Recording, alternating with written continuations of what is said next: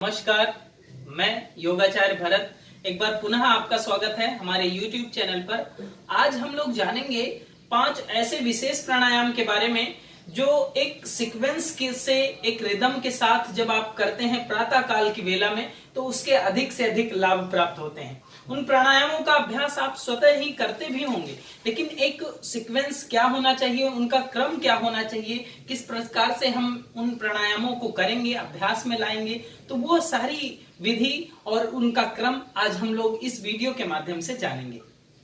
सबसे पहला जो आपको शोधन क्रिया करना है, ये बहुत सारे लोग इसे प्राणायाम भी कहते हैं, लेकिन ये हठ योगिक टेक्सों में इसे शोधन क्रिया के रूप में जाना जाता है, जिसका नाम आप सभी जानते हैं कपालभाति। सर्वप्रथम आप प्राणायाम को करने से पहले कपालभाति का अभ्यास अवश्य करें। अब जब कपालभाति की बात आती है तो थोड़ा सा इसको ब्रीफ जान लेते हैं कि जो कपालभाति होता है इसका अर्थ क्या है और इसके लाभ क्या है। कपाल अर्थात स्कल, हमारी खोपड़ी, और भाति मतलब प्योरिफिकेशन। ये हमारा कपाल भाति अर्थात हमारे मस्तिष्क प्रदेश का शोधन करने की एक विधि है। षटकर्म क्रियाओं के अंतर्गत ये आता है।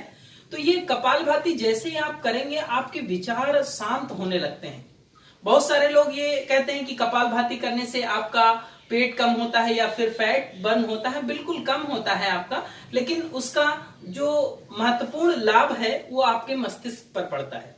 ओके, कपाल भाति से आपके पेट की चर्बी तो कम होती है, क्योंकि जैसे ही रैपिडली आप मूवमेंट करते हैं एब्डोमिनलिज्म का, देन उसमें भी लाभ होता है, लेकिन जो मुख्य प्रभाव है उसका मस्तिष्क पर पड़ता है। आपके विचारों को अनायास, जो अनर्गल रूप से विचार आते रहते हैं, उनको शांत कर देता है, स्थिर कर देता है। तो सबसे पहले जानेंगे, समय के अभाव के कारण हम सबसे पहले जानेंगे कि विधि क्या है कपालभाति को करने की। तो कपालभाति को करने के लिए आप दोनों हाथों को नीज पर रख लें। देन बहुत सारे लोग ये होते हैं कि बहुत फोर्सफुली एक्सेल करते हैं। ध्यान रखें, जब भी आप प्रारंभ कर रहे हो बहुत ही स्लो आपको, जब आप एक्सेल करेंगे फोर्सफुली तब आपका पेट अंदर की ओर जाएगा। ज्यादा फास्ट नहीं करना है, एक रिदम के साथ करना है। ओके, एक बार देखेंगे, इस तरह से करेंगे।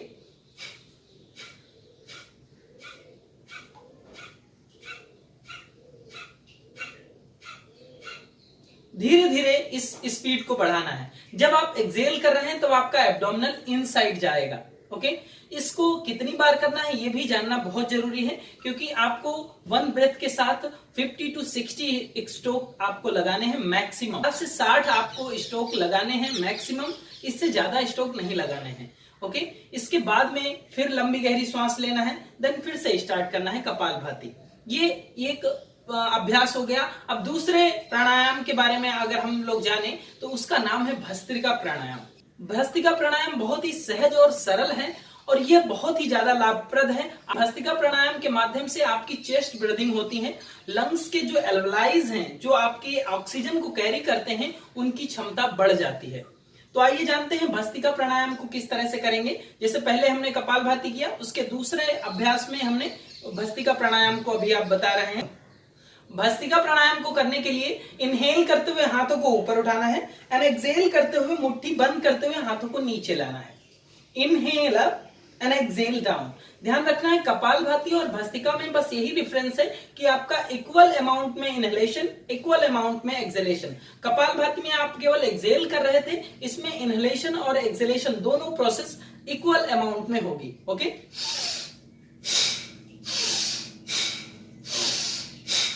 इस तरह से आपको एक्सेल करना है। जैसे ही आप हाथों को नीचे लाते हैं, एक आपका प्रेशर पड़ता है लंग्स पर, देन फोर्सफुली आप ऑटोमेटिक आप एक्सेल कर पाते हैं। ये भस्त्रिका प्राणायाम आप जो कर रहे हैं बहुत ही सहज रूप से। इसकी दूसरी विधि भी है।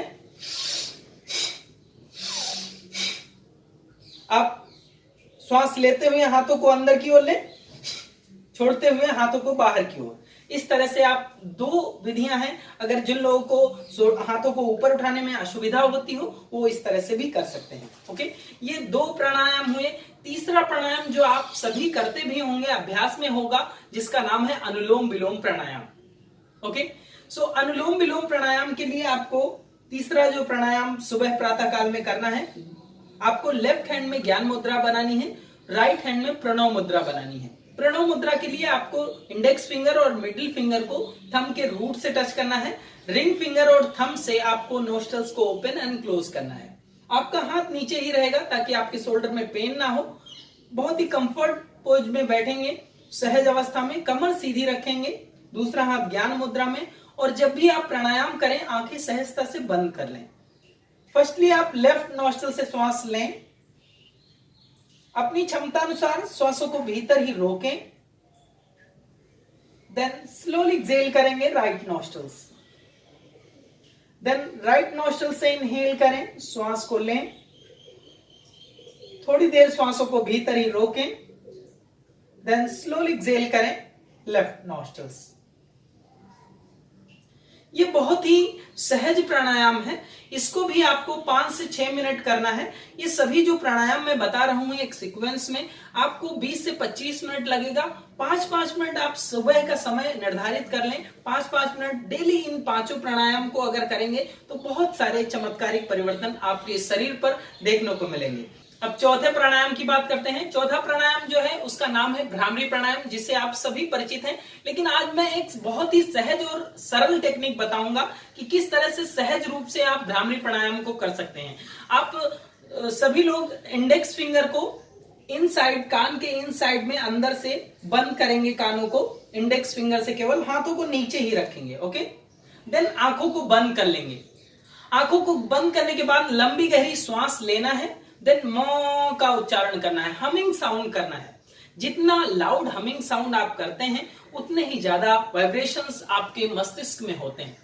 उन वाइब्रेशंस के माध्यम से आपके मस्तिष्क के जो न्यूरॉन्स हैं वो एक्टिव होते हैं, जिससे आपके पूरे शरीर में संतुलन स्थापित होता है। ये एक वैज्ञानिक कारण है भ्रामरी प्राणायाम का। तो आइए जानते हैं कि भ्रामरी प्राणायाम को किस तरह से करेंगे, विधि जानेंगे। उसके लिए आप इंडेक्स फिंगर से कानों को बंद करेंगे, लंबी गहरी श्वास लें,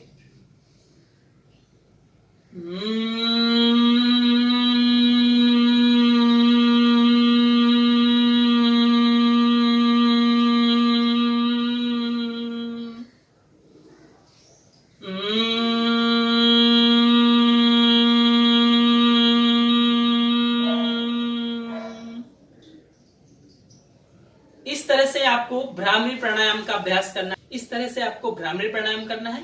एक विशेष बात भ्रामरी प्राणायाम के संदर्भ में बहुत ही जरूरी है जो आपको ध्यान रखनी है। भ्रामरी प्राणायाम के तुरंत बाद आपको आंखें नहीं खोलनी है।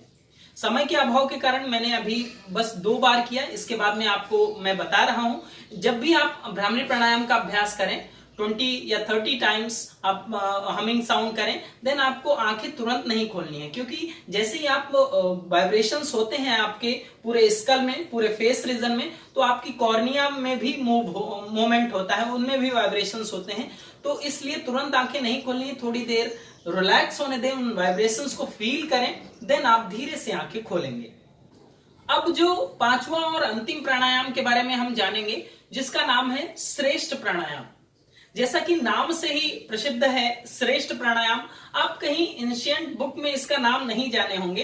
इसका नामकरण ही स्वयं से किया गया है कि ये श्रेष्ठ प्राणायाम है, क्योंकि ये बहुत सारे शोधों के आधार पर, बहुत सारे जो इनमें प्रयोग हुए हैं उनके आधार पर इसका नामकरण बहुत ही श्रेष्ठ माना गया है। इसके लाभ क्योंकि बहुत ज्यादा हैं। श्रेष्ठ प्राणायाम को कैसे करना है, आपको लेफ्ट हैंड में प्राण मुद्रा बनानी है। इस तरह से आपको लिटिल फिंगर और रिंग फिंगर को थंब के टिप से टच करना है। देन आपको दूसरा हाथ जो राइट हैंड है एब्डोमिनल रीजन पर रहेगा, इस तरह से रखना है। आंखें सहजता से बंद करनी है। लंबी गहरी श्वास लेते हुए आपको पेट फुलाना है। श्वास छोड़ते हुए आपको पेट अंदर की ओर लेना है। लंबी गहरी श्वास लेते हुए पेट फुलाएंगे। लंबी गहरी श्वास छोड़ते हुए पेट अंदर की ओर जाएगा। यह एक सहज प्रक्रिया है जिसे बहुत सारे लोग वैली ब्रीदिंग भी कहते हैं, लेकिन इसे श्रेष्ठ प्राणायाम आप कहें तो अति उत्तम होगा। क्योंकि इससे होता क्या है, क्योंकि आप जानते हैं कि आपके जो टी सेल हैं, आपके इम्यूनिटी पावर के जो टी सेल्स हैं जो आपका प्रोटेक्शन करती हैं, मैक्सिमम आपके एब्डोमिनल रीजन की चारों तरफ होती हैं। क्योंकि अगर कोई गलत फूड आपके स्टमक में पहुंचता है तो वो उनके प्रोटेक्शन के लिए, कि उनको किल कर सके उन बैक्टीरियाज के लिए, इसीलिए टी सेल जो है आपके एब्डोमिनल रीजन के चारों तरफ होता है। अब जब आप वैली ब्रीदिंग करते हैं तो उसमें स्ट्रेचिंग और कॉन्ट्रैक्शन होता है उनमें।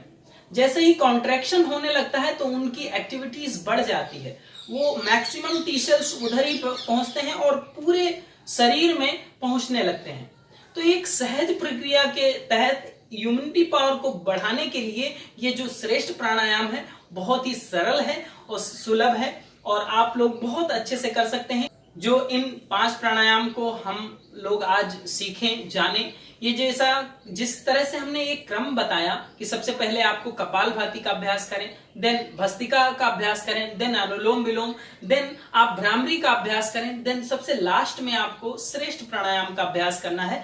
तो इन 5 प्राणायामों को जब आप प्रातः काल 20 से 25 मिनट में कंप्लीट करते हैं, आप देखेंगे इसको बहुत ही आपको एक अनोखा अनुभव होगा, क्योंकि जब तक आप करते नहीं है तब तक आपको व्यक्तिगत अनुभव नहीं होता है। तो इन प्राणायामों को सीखिए और अपने जीवन में लाइए, दैनिक जीवन में लाएं, ताकि यह जो योग है आपके जीवन को भी परिवर्तित कर सके।